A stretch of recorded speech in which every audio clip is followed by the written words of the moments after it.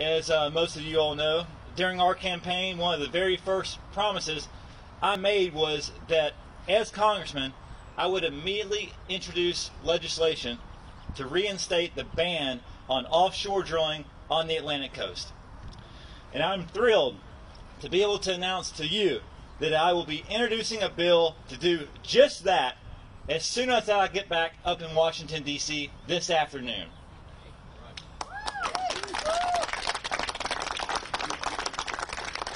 The bill that I'm introducing, the Coastal Economies Protection Act, would prevent this administration from opening up waters off the Atlantic and the Gulf Coast, including the water right behind us, to oil and gas exploration. This bill, which as you can see from the folks standing here with me, already has bipartisan support. It would put in place a 10-year moratorium on offshore oil and gas drilling and seismic airgun blasting. Our vibrant natural resources define South Carolina, and they create a unique way of life. They generate revenue and jobs. Risking our thriving tourism, recreation, and fishing industries to oil exploration would have devastating economic repercussions across this state. Let it be known that we, the people of the Low Country, strongly oppose offshore drilling and seismic airgun blasting. And we're here today, again, not just to say no to offshore drilling, but hell no to offshore drilling. As a former ocean engineer, I know firsthand how devastating offshore drilling and exploration can be. Seismic airgun blasting alone can have grave implications for our Atlantic ecosystem. Airgun blasts need to be loud enough to travel miles down to the ocean floor and back up to the ship, meaning that these noises can be heard underwater for thousands of miles, from about the distance from LA to New York City.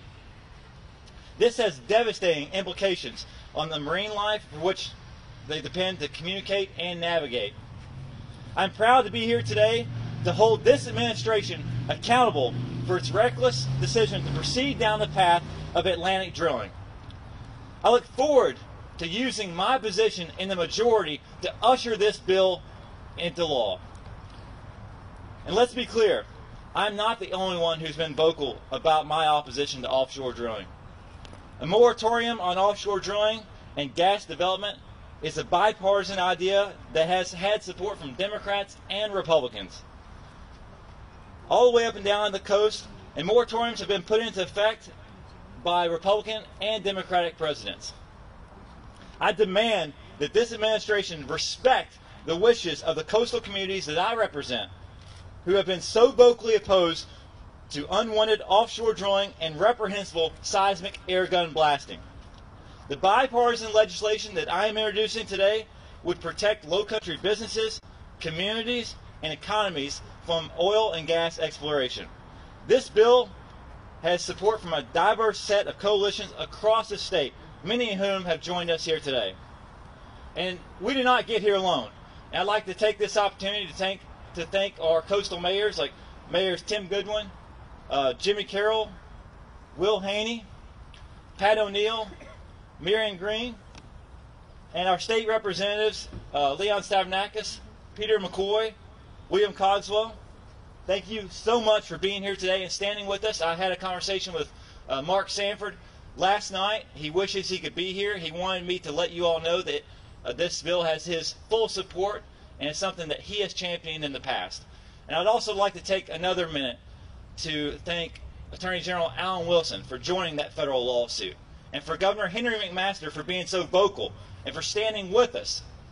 In a time that Democrats and Republicans cannot agree on a whole host of issues, for the single issue that Democrats and Republicans have come together on, we need to stand firm and send a message to this administration that this is important for South Carolina. This is important to us.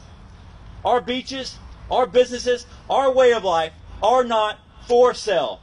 Not here, not now, not ever. And now I'd like to take a few questions to open it up for you all before I head back to Washington, D.C. to file this legislation. What kind of support do you have in Washington since you do have support here in South Carolina?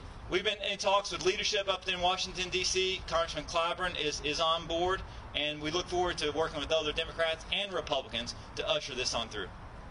I know, Representative Stavronakis, I know this is something you've been supporting for several years now. Do you think now that there's the impetus behind this to get legislation like this passed? Yeah, this would be great. I mean, obviously, doing it federally solves the problem for everybody on all the states along the Atlantic seaboard, and so we appreciate what Congressman Cunningham is doing and the rest of the leadership in Washington, and we hope that they can get this across the finish line. It would make life a lot easier for us at the State House. We got other problems we'd like to deal with, but we have our bill filed and ready to go as well. So hit them in both directions is the approach, and we're happy to be a part of it.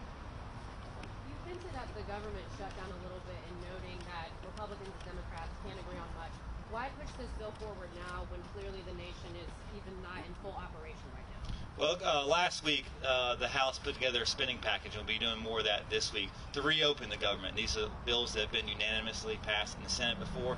But, you know, Congress, like the rest of the country, should be able to walk and chew gum at the same time. We can multitask.